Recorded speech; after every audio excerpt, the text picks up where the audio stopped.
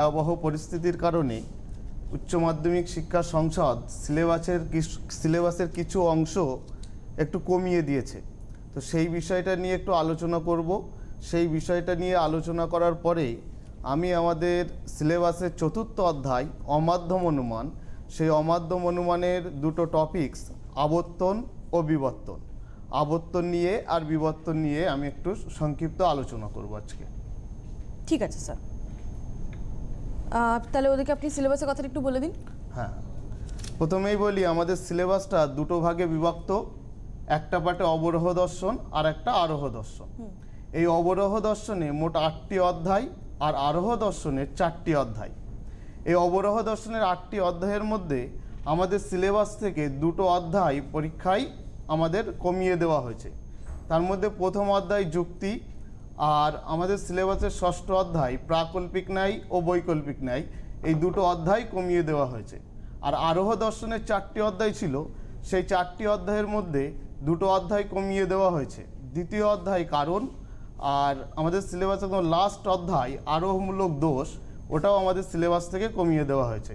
অর্থাৎ টোটাল 12টি অধ্যায়ের মধ্যে এখন আমাদের 8টি অধ্যায় 2021-এর দ্বাদশ শ্রেণীর ছাত্রছাত্রীদের এই 8টা অধ্যায়ের জন্য প্রস্তুত হতে হবে, এবং এই 8টা অধ্যায় থেকে তোমাদের পরীক্ষায় প্রশ্নপত্র আসবে। মানে 4টি অধ্যায় বাদ চলে গেছে? 4টি অধ্যায় বাদ চলে গেছে। আচ্ছা, আমি তোমাদের এই 8টা অধ্যায় থেকে কোন কোন অধ্যায় থেকে বড় প্রশ্ন থাকবে সেই বিষয়টা আমি একটু প্রথমেই আলোচনা করব। আলোচনা করার পরে আমরা আমাদের সিলেবাসের একটা গুরুত্বপূর্ণ অধ্যায় অমাধ্যম অনুমান, সেই অমাধ্যম অনুমান নিয়ে আজকের ক্লাসে আলোচনা করব। আচ্ছা, প্রথমেই বলি আমাদের সিলেবাসের দ্বিতীয় অধ্যায়, প্রথম অধ্যায় আমাদের সিলেবাস থেকে বাদ চলে গেছে। দ্বিতীয় অধ্যায় বচন, বচন থেকে আমাদের পরীক্ষায় একটা বড় প্রশ্ন আসে। প্রশ্নটা আমাদের থাকে, একটা নোট থাকে, অর্থাৎ একটা প্রশ্ন আসে, বচন কাকে বলে, গুণ ও পরিমাণ অনুসারে বচনের শ্রেণী বিভাগ করো, এই ধরনের একটা প্রশ্ন থাকে। এবং তার অথবা দিয়ে আমাদের থাকে যে নিম্নলিখিত বাক্যগুলিকে বচনে পরিণত করো, করে গুণ ও পরিমাণ বা ব্যাপ্যতা উল্লেখ করো। একটা প্রশ্ন থাকবে অথবা দিয়ে, আর একটা প্রশ্ন থাকবে। এই দুটো প্রশ্নের মধ্যে তোমরা যে কোনো একটা অপশান করতে পারো। অথবাটা করলে তোমাদের ভালো হবে, কারণ সেখানে লজিক থাকে, সঠিকভাবে করতে পারলে পুরো নাম্বারটাই পাবে। তারপরে আছে আমাদের অমাধ্যম অনুমান, সেই অমাধ্যম অনুমান থেকেও আমাদের পরীক্ষায় একটা 8 নম্বরের বড় প্রশ্ন আসবে।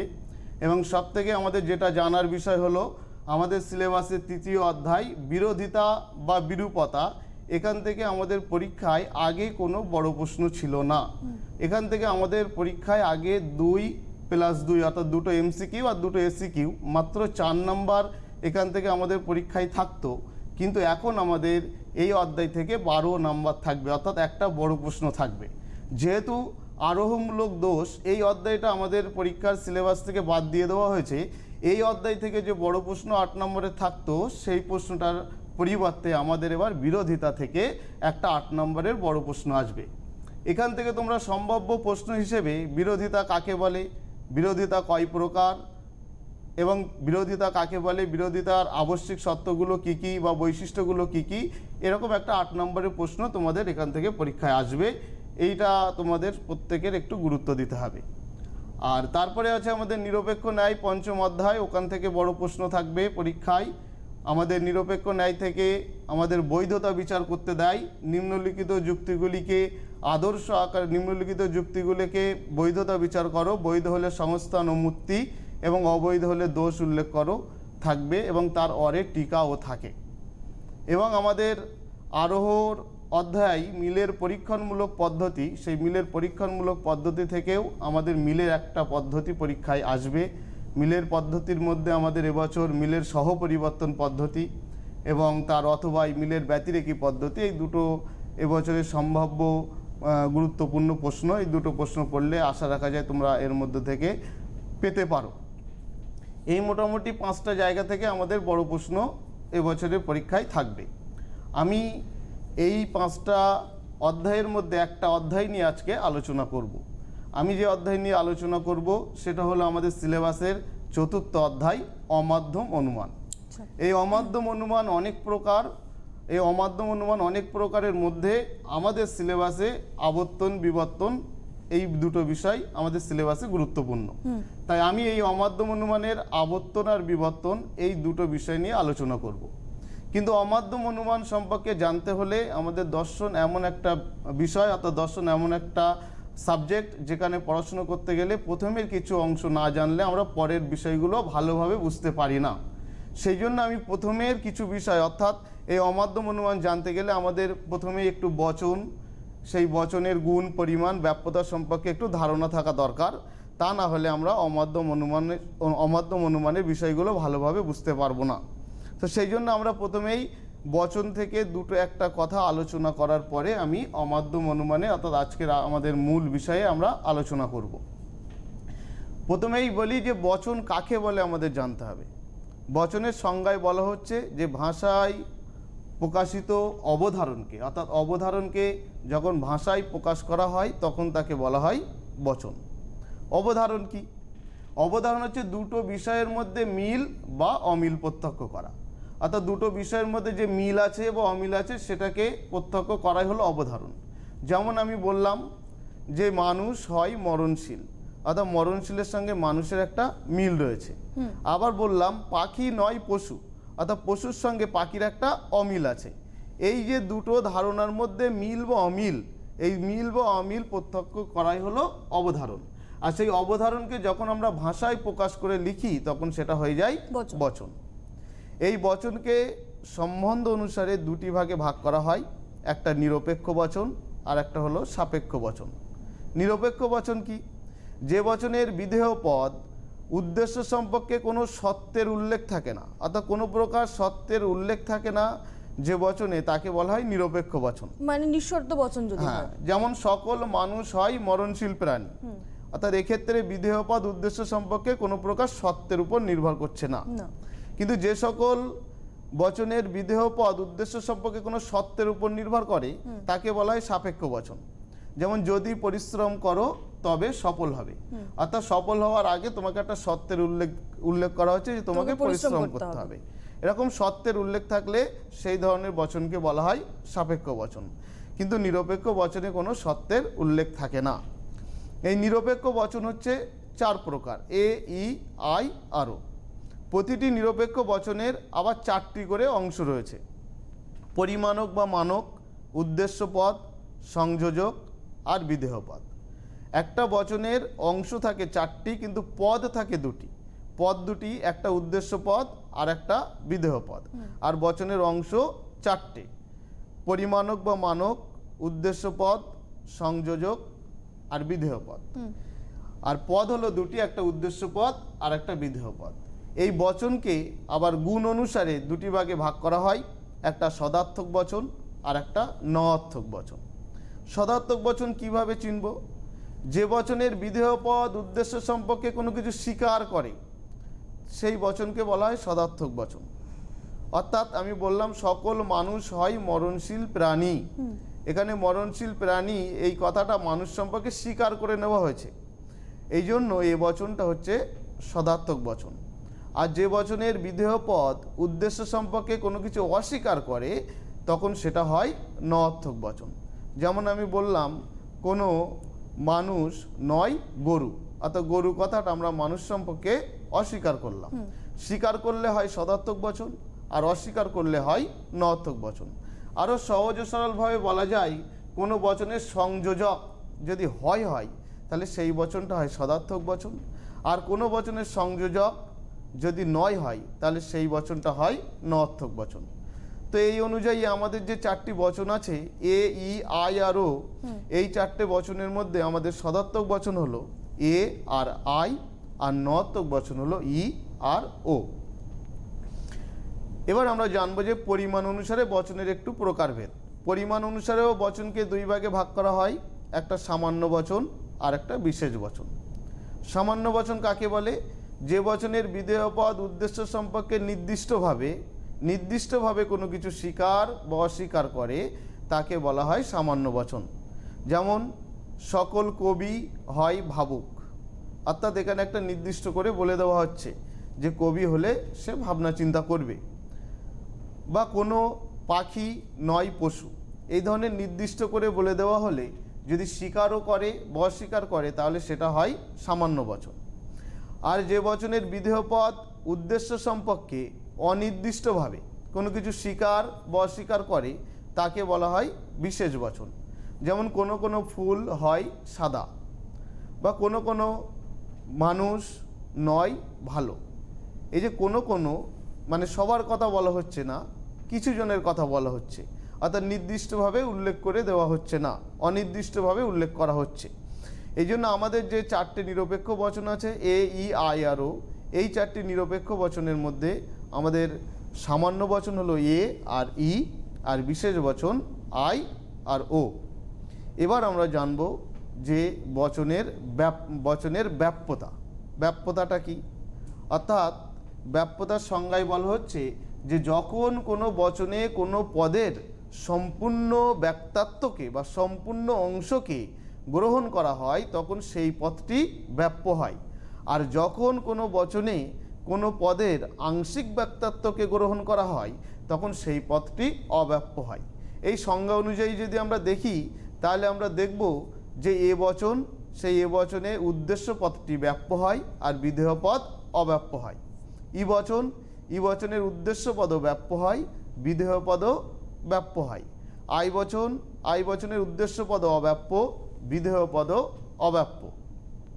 আর ও বচন, ও বচনের উদ্দেশ্য পদ অব্যাপ্য কিন্তু বিধেয় পদ ব্যাপ্য। এই ব্যাপ্যতা বোঝার আরও দুটি নিয়ম আছে, অর্থাৎ ব্যাপ্যতার দুটি নিয়ম আছে। প্রথম নিয়ম হচ্ছে যে নঅর্থক বচন হলে বিধেয় পদ ব্যাপ্য হবে, আর সামান্য বচন হলে উদ্দেশ্য পদ ব্যাপ্য হবে। এই অনুযায়ী যদি আমরা দেখি তাহলে আমরা দেখব যে বচনে উদ্দেশ্য পদ ব্যাপ্য, বিধেয় পদ অব্যাপ্য। ই বচনের দুটি পদই ব্যাপ্য হয়। আই বচনের উদ্দেশ্য বিধেয় কোনো পদই ব্যাপ্য হয় না, আর ও বচনের উদ্দেশ্য পদ অব্যাপ্য হয় কিন্তু বিধেয় পদ ব্যাপ্য হয়। এবার আমরা আরেকটা বিষয় একটু জেনে নেব, নিয়ে আমাদের মূল আলোচনায় আসব যে বাক্য থেকে বচন, অর্থাৎ সিম্পলি বাক্য, সেই বাক্যকে আমরা কিভাবে বচন করব। এই বাক্যকে বচনে পরিণত করার অনেকগুলো নিয়ম রয়েছে। সেই অনেকগুলো নিয়মের মধ্যে সবথেকে সহজ নিয়ম হলো, একটা বাক্যকে যখন আমরা বচন করব সেই বাক্যকে বচন করার সবথেকে সহজ নিয়ম হলো আমরা বাক্যের অর্থটা ভালোভাবে বুঝবো। বাক্যের অর্থে কি বলা হয়েছে সেটা আমরা ভালোভাবে বুঝবো। এই বাক্যের অর্থ ভালোভাবে বুঝে আমরা বাক্যটাকে বচনে পরিণত করব। অর্থাৎ বাক্যের অর্থ বুঝে আমরা যদি বাক্যটাকে বচনে পরিণত করি তাহলে আমাদের বচনগুলো সঠিক হবে। স্যার ওইখানটা প্রেস করতে হবে। হ্যাঁ, আমরা বাক্যের অর্থ বুঝে আমরা বচন করব। অর্থাৎ আমাদের বচন আছে চারটি, সেই চারটে বচন আমি একটু লিখে দেখানোর চেষ্টা করছি।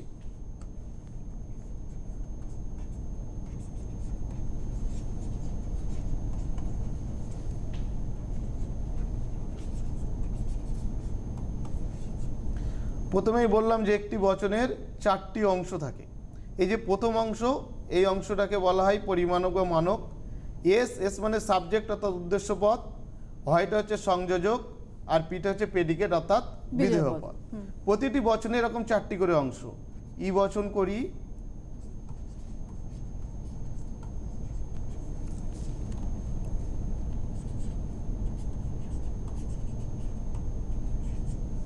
ই বচনেও চারটি অংশ, কোনো এস নয়, পি। আই বচন,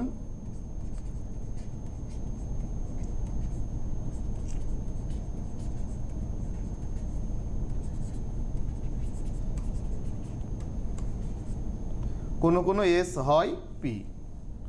ও বচন,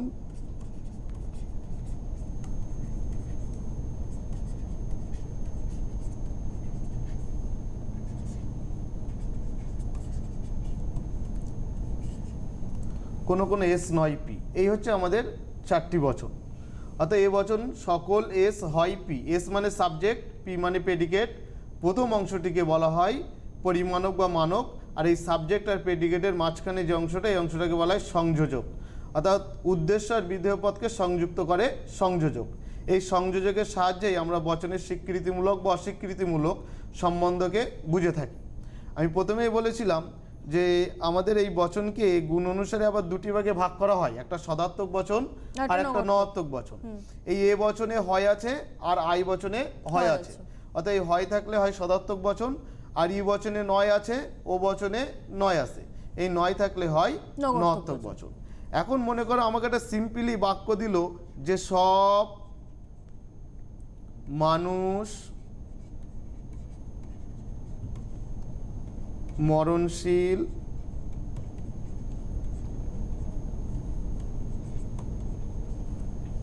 প্রাণী।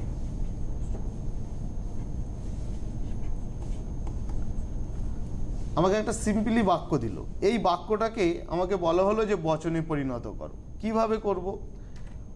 এই বাক্য থেকে বচনে পরিণত করার সব থেকে সহজ নিয়ম যে আমরা বাক্যের অর্থটাকে ভালোভাবে বুঝবো, যে বাক্যে কি বলা হয়েছে। বাক্যের অর্থটাকে আমরা ভালোভাবে বুঝে বাক্যটাকে আমরা এমন এক বচন করব যেন বাক্যের অর্থের সঙ্গে বচনের অর্থ এক থাকে। সব মানুষ মরণশীল প্রাণী, এই বাক্যের দ্বারা আমরা সিম্পলি অর্থাৎ সাধারণভাবে বুঝতে পারছি যে পৃথিবীতে যত মানুষ আছে প্রত্যেকটা মানুষই একদিন একদিন মারা যাবে। তাহলে এই বাক্যটাকে আমি যদি বচন করি, এমন একটা বচন করতে হবে সেই বচনও যেন আমাকে বোঝায় যে পৃথিবীতে যত মানুষ আছে প্রত্যেকটা মানুষই একদিন একদিন মারা যাবে।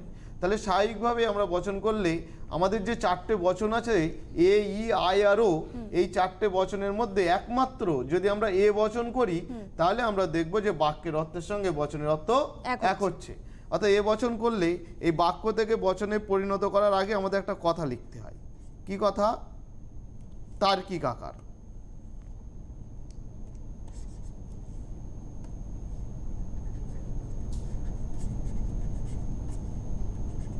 প্রবলেম হচ্ছে কেন ম্যাম?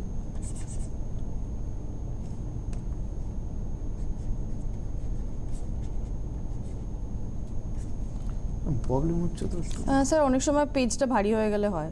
আপনি এই সাইডে লিখুন, হ্যাঁ অসুবিধা নেই, আপনি একটু সাইড করে লিখুন, হালকা করে প্রেস দিয়ে লিখুন, হয়ে যাবে স্যার। হ্যাঁ অল্প প্রেস দিলে তার্কিক হয়ে যাবে। আকার অর্থাৎ একটা বাক্য, সেই বাক্যকে আমরা বচনে পরিণত করবো। অর্থাৎ সিম্পলি একটা বাক্য, সেই বাক্যকে আমরা তর্কবিজ্ঞান অর্থাৎ যুক্তিবিজ্ঞান সম্মত রূপ দেব। সেই জন্য আমাদের প্রথমে একটা কথা লিখতে হয় তার্কিক আকার। তার্কিক আকার লিখে আমরা এই বাক্যটাকে বচন করব। তাহলে আমরা বুঝলাম যে বাক্যটাকে যদি আমরা এ বচন করি তাহলে বাক্যের অর্থের সঙ্গে বচনের অর্থ এক হবে। তাহলে আমরা বচন করার সময় প্রথমেই দেখব যে এ বচন করতে হলে আমাদের প্রথমেই কি লিখতে হয়। এ বচন করতে হলে আমাদের প্রথমে লিখতে হবে কি? সকল। তাহলে আমরা প্রথমে লিখলাম সকল। এবার আমরা এস, এস মানে সাবজেক্ট। সাবজেক্ট যার সম্পর্কে কোনো কিছু বলা হয় সেটা হয় সাবজেক্ট। এখানে আমরা মরণশীল প্রাণী এই কথাটি বলছি মানুষের সম্পর্কে, তাই আমাদের এই বাক্যের সাবজেক্ট হচ্ছে মানুষ, সকল মানুষ। তারপরে আমাদের সংযোজক লিখতে হবে। সংযোজক কি? হয়, সকল মানুষ হয়। এবার আমরা লিখবো প্রেডিকেট। প্রেডিকেট কি? মরণশীল প্রাণী।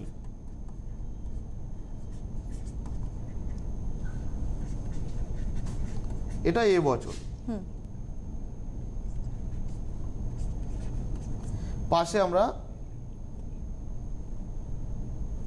পাশে আমরা বচনের নামটা লিখে দেব, যেটা এ বচন, যে এটা এ বচন। মানে ব্র্যাকেটে এই লিখে দিতে হবে, বচনটা লিখে দেব।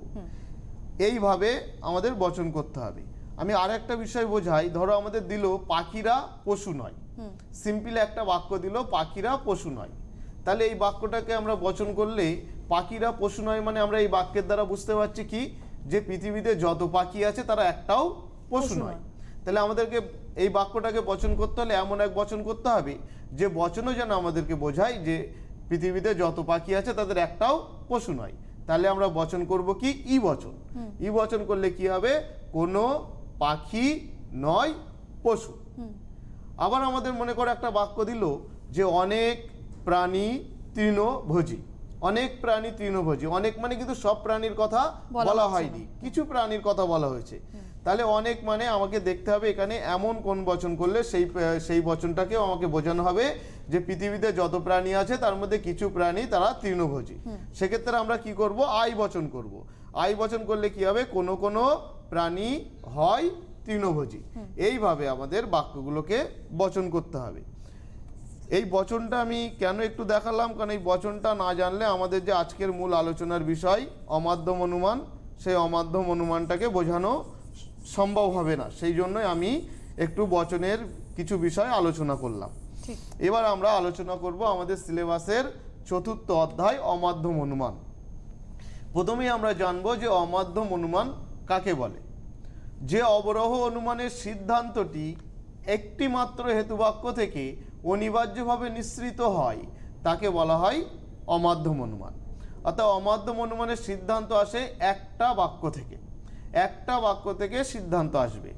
অমাধ্যম অনুমানের সিদ্ধান্ত একটা বাক্য থেকে আসবে।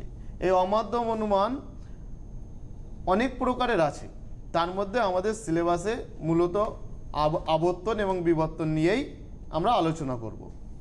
এই অমাধ্যম অনুমানের মধ্যে আবর্তন এবং বিবর্তন আমাদের সিলেবাসে গুরুত্বপূর্ণ। আমরা প্রথমেই আবর্তনটা নিয়ে আলোচনা করব। আবর্তন আলোচনা করার পূর্বে আমরা একটু আবর্তনের সংজ্ঞাটা যদি একটু ভালোভাবে বুঝতে পারি তাহলে আবর্তনটা কি আমরা মোটামুটি একটা ধারণা পাবো।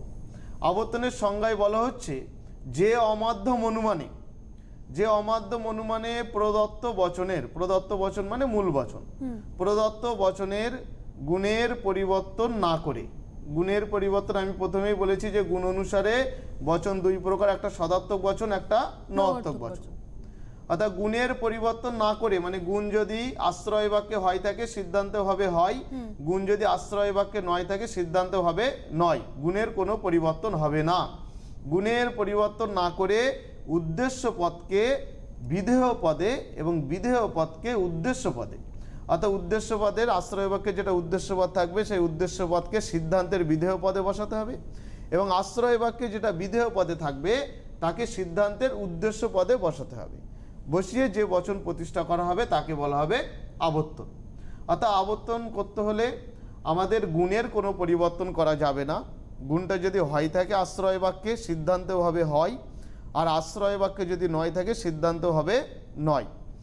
আর উদ্দেশ্য পদ যেটা থাকবে উদ্দেশ্য পদকে তুলে বিধেয় পদে বসিয়ে দিতে হবে, আর বিধেয় পদ যা থাকবে সেই বিধেয় পদ থেকে ওকে স্থান পরিবর্তন করে উদ্দেশ্য জায়গায় বসিয়ে দিতে হবে। সেক্ষেত্রে তো স্যার দুটো বাক্যের মানে পাল্টে যাবে।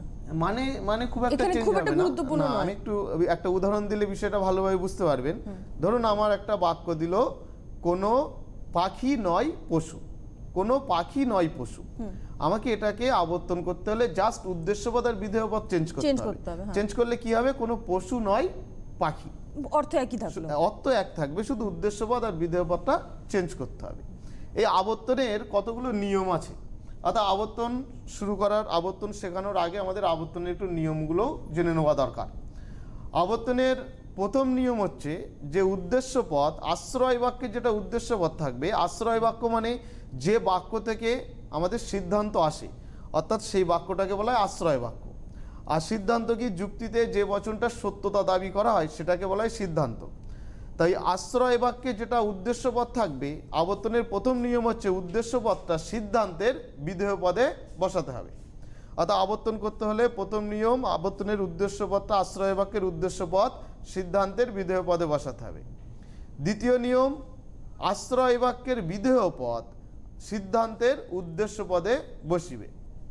3 নম্বর নিয়ম গুণ সংক্রান্ত নিয়ম, গুণের কোনো পরিবর্তন হবে না। আর 4 নম্বর নিয়ম আছে যে পদ আশ্রয় বাক্যে ব্যাপ্য হবে না সেই পদ সিদ্ধান্তেও ব্যাপ্য হবে না। এটা ব্যাপ্যতা সংক্রান্ত নিয়ম।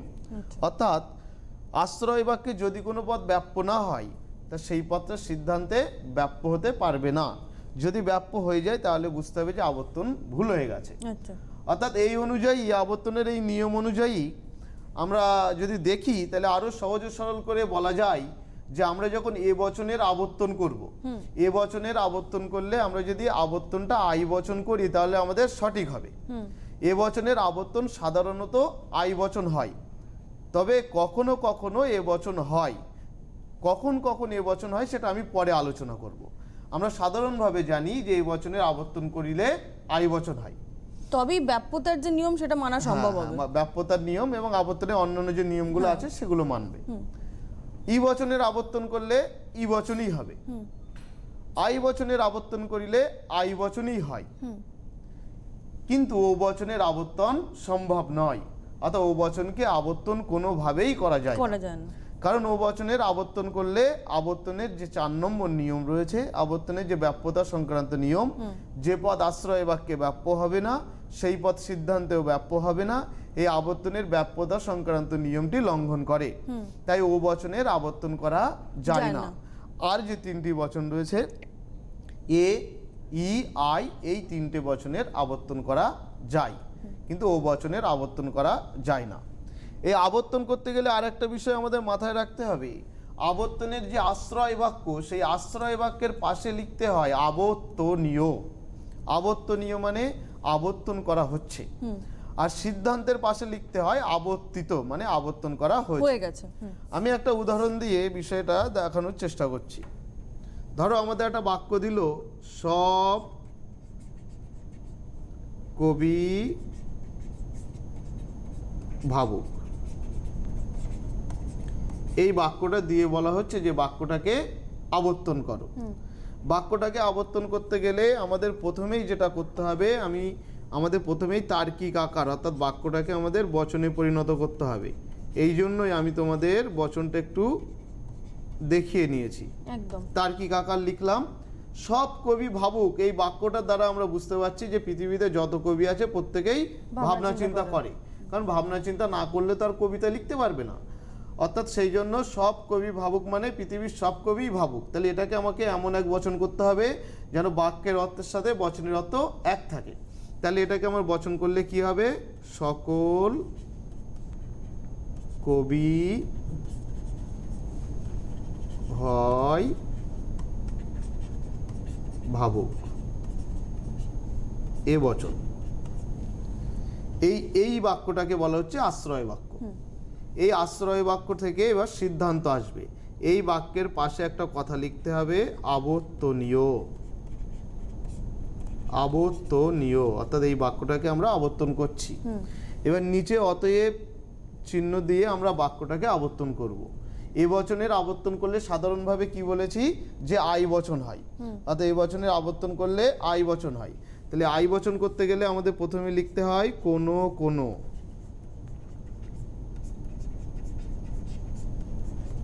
এবার এখানে আমাদের উদ্দেশ্যপদ কবি আর বিধেয় পদ ভাবুক, অর্থাৎ আমাদের আবর্তনের নিয়ম অনুযায়ী বিধেয় পদটা আগে আসবে। তাহলে এখানে ভাবুকটা আগে আসবে, কোনো কোনো ভাবুক।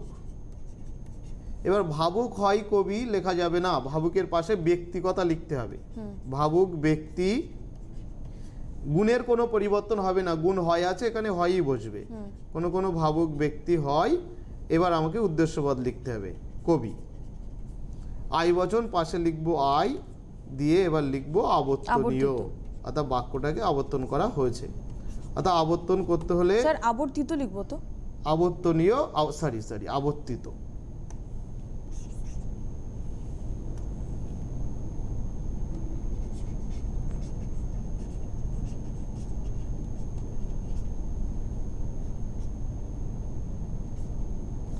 এইভাবে আমাদের আবর্তন করতে হবে।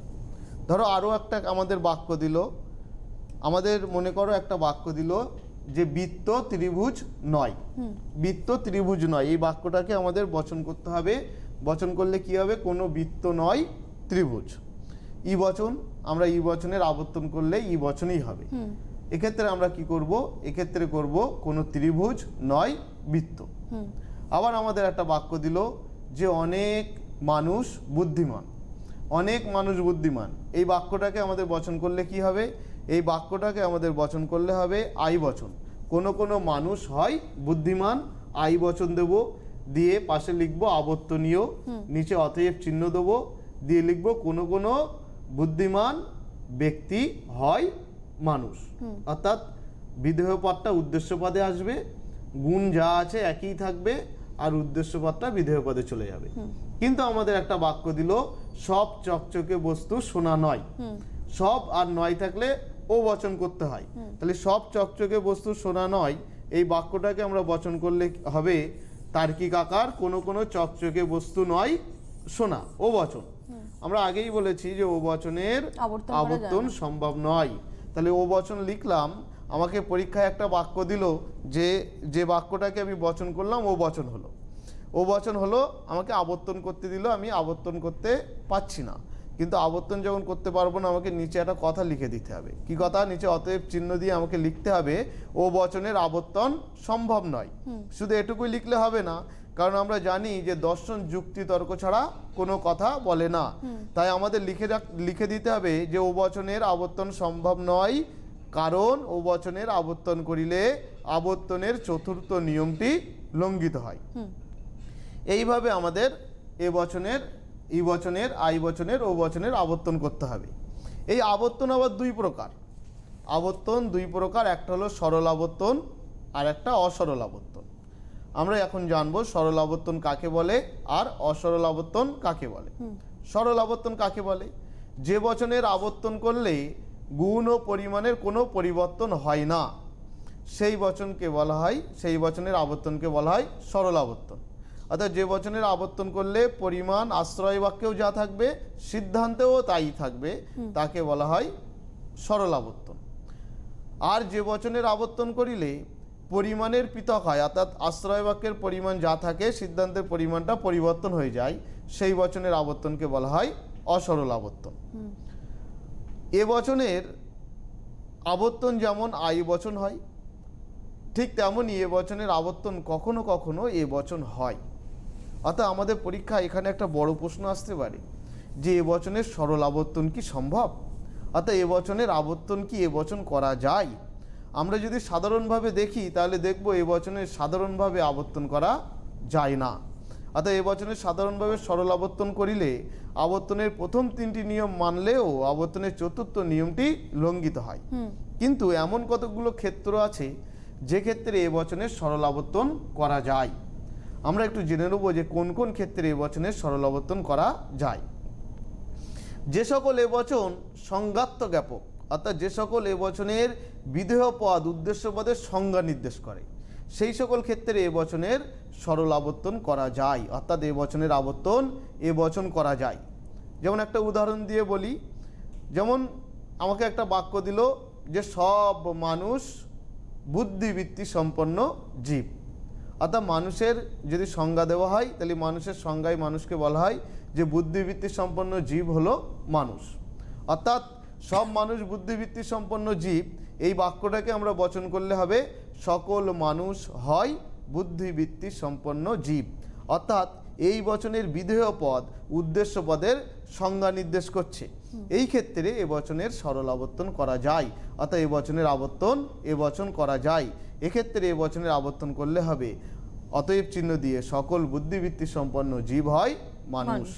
অর্থাৎ যে সকল এ বচন সংজ্ঞাত্ম জ্ঞাপক হবে সেক্ষেত্রে আমরা এই বচনের সরল আবর্তন করতে পারবো। আরও এক ক্ষেত্রে করা যায়, যে সকল এ বচনের উদ্দেশ্য বিধেয় পদ সমার্থক শব্দ বা প্রতিশব্দ, সেই সকল ক্ষেত্রেও এ বচনের সরল আবর্তন করা যায়। যেমন সব পুস্তক হয় গ্রন্থ, এখানে পুস্তক আর গ্রন্থ সমার্থক শব্দ, এক্ষেত্রেও আমরা এ বচনের সরল আবর্তন করতে পারি। অর্থাৎ এটাকে বচন করলে হয় সকল পুস্তক হয় গ্রন্থ, এ বচন আবর্তনীয়, নিচে অতএব চিহ্ন দিয়ে আমরা আবর্তন করলে হবে সকল গ্রন্থ হয় পুস্তক, এ বচন আবর্তিত। বা সকল ফুল হয় পুষ্প, এ বচন আবর্তনীয়, অতএব সকল পুষ্প হয় ফুল। অর্থাৎ যে সকল এ বচনের উদ্দেশ্য বিধেয় সমার্থক শব্দ, সেক্ষেত্রেও আমরা এ বচনের সরল আবর্তন করতে পারি। আবার যে সকল এ বচন পুনরুক্তিমূলক, অর্থাৎ যে সকল এ বচনের উদ্দেশ্য বিধেয়র স্থান পরিবর্তন করলেও অর্থের কোনো পরিবর্তন হবে না, সেই সকল ক্ষেত্রেও এ বচনের সরল আবর্তন করা যায়। যেমন কালিদাস হন মেঘদূতের রচয়িতা, এক্ষেত্রে এ বচনের সরল আবর্তন করা যায়। এক্ষেত্রে এ বচনের সরল আবর্তন করলে হবে মেঘদূতের রচয়িতা হন কালিদাস। অর্থাৎ এখানে আমরা উদ্দেশ্য বিধেয়র স্থান পরিবর্তন করে দিলেও এখানে কিন্তু অর্থের কোনো পরিবর্তন হচ্ছে না, তাই এক্ষেত্রেও এ বচনের সরল আবর্তন করা যায়। অর্থাৎ যে সকল এ বচন সংজ্ঞাত্ম জ্ঞাপক, যে সকল এ বচনের উদ্দেশ্য বিধেয় সমার্থক শব্দ, যে সকল এ বচনের বক্তব্যের পরিধি সমান অর্থাৎ বাচ্চাত্ব সমান, এরকম ক্ষেত্রে এ বচনের আবর্তন এ বচনেই করা যায়। কিন্তু একজন যুক্তিবিজ্ঞানী হ্যামিল্টন তিনি এই ধরনের এ বচনগুলোকে ইউ বচন নামে অভিহিত করেছেন। মোটামুটি আমরা আবর্তন নিয়ে কম বেশি আলোচনা করলাম। অর্থাৎ আবর্তনে আমরা কিছু প্রশ্ন আমাদের পরীক্ষায় আসে, সেগুলো একটু আমি তোমাদেরকে বলে দিচ্ছি। আবর্তনের প্রশ্ন আসতে পারে যে আবর্তন কাকে বলে, আবর্তন কয় প্রকার ও কী কী, সরল আবর্তন অসরল আবর্তনের মধ্যে পার্থক্য করো এবং আবর্তনের নিয়মগুলি লেখো। এই প্রশ্নগুলো আমাদের থাকে। সাথে সাথে এ বচনের সরল আবর্তন কি সম্ভব, অর্থাৎ এ বচনের আবর্তন কি এ বচন করা যায়। এক্ষেত্রে আমাদের প্রথমেই বলতে হবে যে না, সাধারণভাবে করা যায় না, সেটাকে যুক্তিতর্ক দিয়ে বোঝাতে হবে। বুঝিয়ে তারপরে আমাদেরকে বলতে হবে যে না, কিছু কিছু ক্ষেত্রে এ বচনের সরল আবর্তন করা যায়, সেটা কোন কোন ক্ষেত্রে আবার আলোচনা করে দিতে হবে। আবার আমাদের পরীক্ষায় এখানে আরও একটা প্রশ্ন আসতে পারে যে ও বচনের আবর্তন সম্ভব নয় কেন। ও বচনের আবর্তন সম্ভব নয় কেন, তার কারণ ও বচনের আবর্তন করিলে আবর্তনের প্রথম 3টি নিয়ম মানলেও আবর্তনের 4র্থ নিয়মটি লঙ্ঘিত হয়। এটাকে আমরা একটা উদাহরণ দিয়ে বুঝিয়ে দেব। অর্থাৎ কোনো কোনো মানুষ নয় ভালো, ও বচন আবর্তনীয়, অতএব কোনো কোনো ভালো ব্যক্তি নয় মানুষ, এরকম একটা আমরা উদাহরণ দেব, দিয়ে আমরা নিচেই বিশ্লেষণ করব। এটাকে বিশ্লেষণ করলে দেখব যে আশ্রয় বাক্য আবর্তনের যে প্রথম নিয়ম, আশ্রয় বাক্যের উদ্দেশ্য পদ সিদ্ধান্তের বিধেয় পদেই বসিবে, অর্থাৎ প্রথম নিয়ম মানবে। 2 নম্বর নিয়ম আশ্রয় বাক্যের বিধেয় পদ সিদ্ধান্তের উদ্দেশ্য পদে বসিবে, 2 নম্বর নিয়মও মানবে। 3 নম্বর নিয়ম গুণের কোনো পরিবর্তন হবে না, প্রথম 3টি নিয়ম মানবে। কিন্তু আবর্তনের যে 4র্থ নিয়ম আছে, অর্থাৎ যে পদ আশ্রয় বাক্যে ব্যাপ্য হবে না সেই পদ সিদ্ধান্তেও ব্যাপ্য হবে না। ও বচনের উদ্দেশ্য পদ ব্যাপ্য হয় না, কিন্তু বিধেয় পদ ব্যাপ্য হয়। কিন্তু যখন আমরা ও বচনের আবর্তন করি তখন ওই ও বচনের আশ্রয় বাক্যের উদ্দেশ্য পদটা সিদ্ধান্তের বিধেয় পদে আসে, আর সিদ্ধান্তের বিধেয় পদে আসার সাথে সাথে এই ও বচনের বিধেয় পদে বসলে সেটা ব্যাপ্য হয়ে যায়। অর্থাৎ আবর্তনের নিয়ম অনুযায়ী, অর্থাৎ 4 নম্বর নিয়ম আশ্রয় বাক্যে ব্যাপ্য না হলে সিদ্ধান্তে ব্যাপ্য হতে পারবে না। কিন্তু এক্ষেত্রে আমরা দেখতে পাই এই নিয়মটা লঙ্ঘন করে, আর এই নিয়ম লঙ্ঘন করার জন্যই ও বচনের আবর্তন সম্ভব নয়। অর্থাৎ যেভাবেই চেষ্টা করি না কেন আমরা ও বচনে আবর্তন করতে পারবো না। তবে ও বচনের নিষেধমূলক আবর্তন করা যায়। কোনো কোনো যুক্তিবিজ্ঞানী ও বচনের নিষেধমূলক আবর্তন করেছেন, অর্থাৎ ও বচনের বিধেয় পদকে পরিবর্তন করে, অর্থাৎ বিধেয় পদটাকে সদার্থক করে, অর্থাৎ ওটাকে আই বচন করে নিয়ে অনেকেই আবর্তন করেছেন, যেটাকে নিষেধমূলক আবর্তন বলা হয়।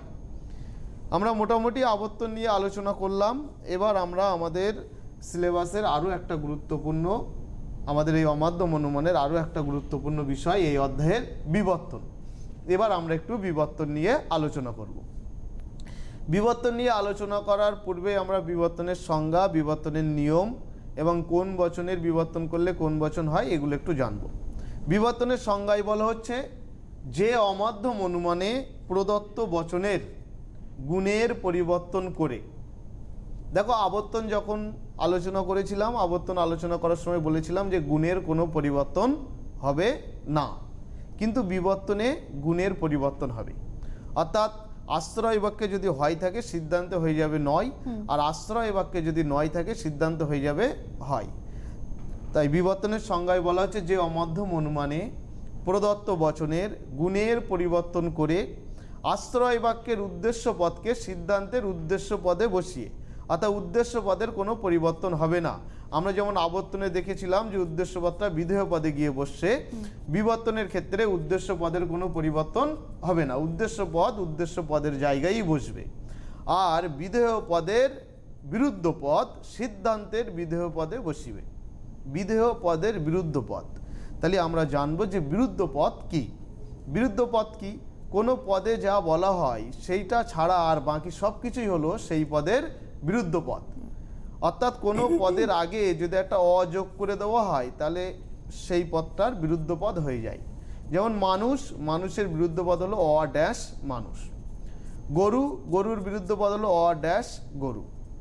অর্থাৎ কোনো পদের আগে আমরা যদি একটা অ যোগ করে দেই তাহলে সেই পদটা বিরুদ্ধ পদ হয়ে যায়।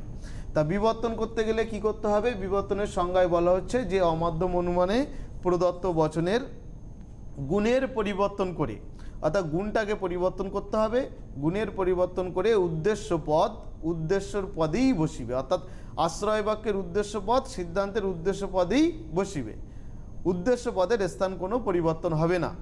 আর বিধেয় পদের বিরুদ্ধ পদ মানে কোনো পদে যা বলা হয় সেই পদটি ছাড়া আর বাকি সব কিছুই হলো সেই পদের বিরুদ্ধ পদ। যেমন মানুষের বিরুদ্ধ পদ অ ড্যাশ মানুষ, ডক্টরের বিরুদ্ধ পদ অ ড্যাশ ডক্টর। অর্থাৎ কোনো পদের আগে একটা অ যোগ করে দেবো হলে সেই পদটার বিরুদ্ধ পদ হয়ে যাবে। এটা হলো বিবর্তন। এই বিবর্তনের 4টি নিয়ম রয়েছে, সেই নিয়মগুলো আমরা একটু জানব। প্রথম নিয়ম, উদ্দেশ্য পদ আশ্রয় বাক্যের উদ্দেশ্য পদ সিদ্ধান্তের উদ্দেশ্য পদেই বসিবে। অর্থাৎ আশ্রয় বাক্যের উদ্দেশ্য পদ সিদ্ধান্তের উদ্দেশ্য পদেই বসিবে, এটা বিবর্তনের প্রথম নিয়ম। এটা উদ্দেশ্য পদ সংক্রান্ত নিয়ম। বিধেয় পদ সংক্রান্ত নিয়মে আমরা দেখব যে আশ্রয় বাক্যের বিধেয় পদ এর বিরুদ্ধ পদ, বিধেয় পদ এর বিরুদ্ধ পদ সিদ্ধান্তের বিধেয় পদে বসিবে। অর্থাৎ বিধেয় পদ যেটা থাকবে তার বিরুদ্ধ পদ সিদ্ধান্তের বিধেয় পদে বসিবে। 3 নম্বর, গুণের পরিবর্তন হবে। অর্থাৎ গুণ যদি হয় থাকে সেটা হয়ে যাবে নয়, এটা গুণ সংক্রান্ত নিয়ম। 4 নম্বর, পরিমাণের কোনো পরিবর্তন হবে না। অর্থাৎ আবর্তনের নিয়ম হচ্ছে উদ্দেশ্য পদটা উদ্দেশ্য পদেই বসাতে হবে, বিধেয় পদের বিরুদ্ধ পদ বসাতে হবে। বিবর্তনের নিয়ম, বিবর্তনের নিয়ম। বিবর্তনের নিয়ম, উদ্দেশ্য পদ উদ্দেশ্য পদেই বসিবে, বিধেয় পদের বিরুদ্ধ পদ সিদ্ধান্তের বিধেয় পদে বসিবে।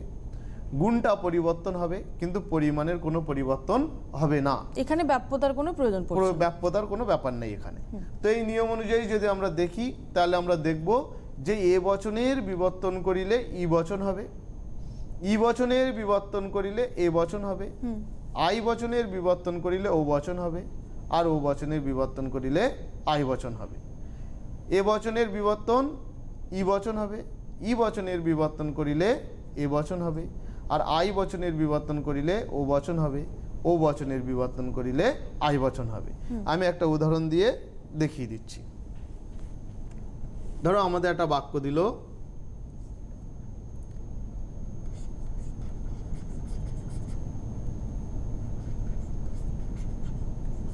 পাখিরা পশু নয়। এই বাক্যটা দিয়ে বলা হচ্ছে যে বাক্যটাকে বিবর্তন করো। আমরা আবর্তন করি বিবর্তন করি যাই করি আমাদের প্রথমেই বচন করতে হবে, অর্থাৎ প্রথমে আমাদের তার্কিক আকার করতে হবে। তা আমরা এটাকে তার্কিক আকার করি।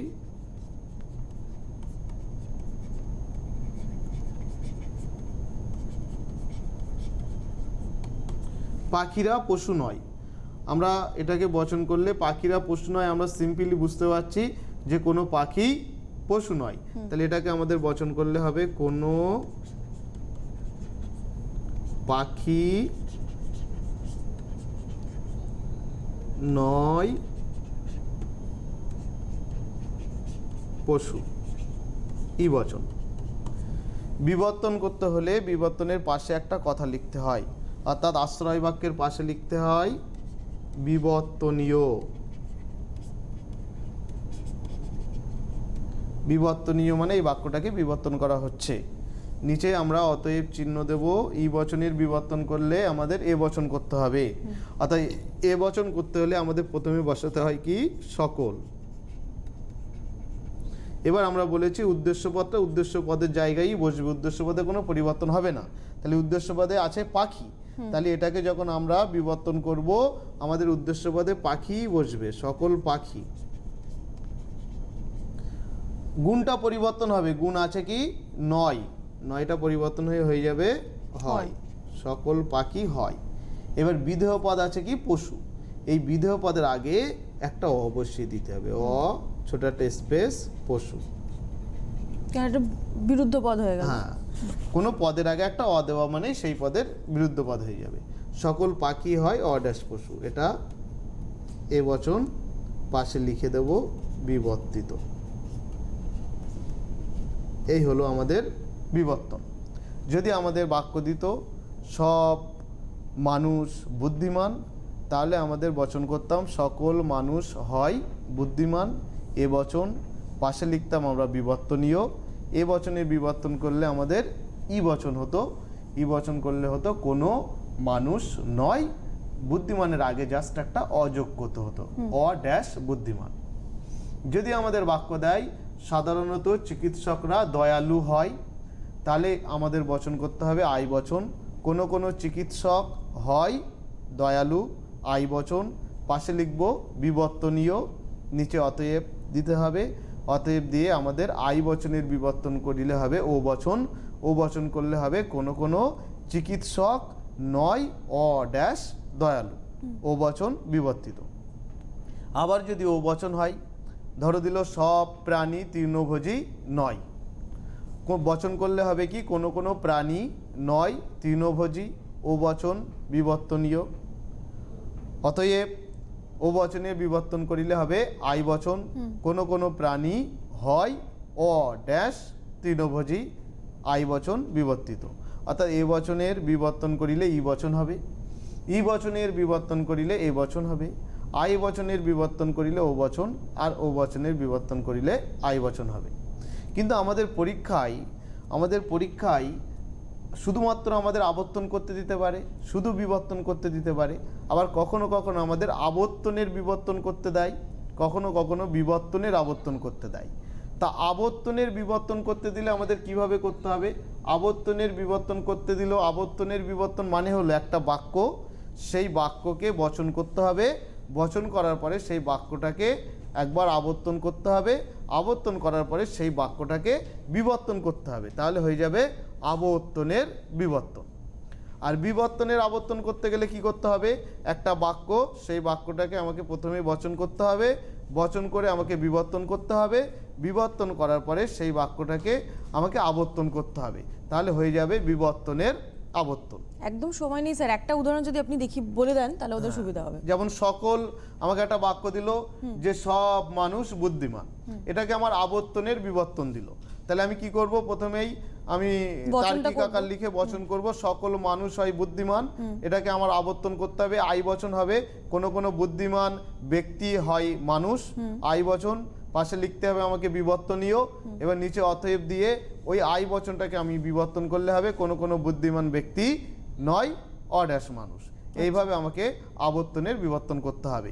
বিবর্তনের আরেকটা পার্ট আছে, একটু বলি। বিবর্তনের মধ্যে আরেকটা বিষয় আছে, সেটা হচ্ছে বস্তুগত বিবর্তন। স্যার ওটা আজকে আলোচনা করা যাবে না, সময় একদম আমাদের হাতে শেষ। পরবর্তীতে যদি আপনি আবার আসেন অনলাইন ক্লাসরুমে তাহলে অবশ্যই আপনি বস্তুগত বিবর্তন নিয়ে আলোচনা করতে পারবেন। তোমরা যারা আজকে অনুষ্ঠান দেখেছো অবশ্যই চাইলে আরও একবার ইউটিউবে গিয়ে সার্চ করে অনুষ্ঠানটা তোমরা দেখতে পারো। স্যার আজকে আমাদের সঙ্গে ছিলেন, স্যার আপনাকে অনেক ধন্যবাদ। আবার তোমাদের সাথে এডুকেশন অনলাইনে পরবর্তী পর্বে আমাদের দেখা হবে।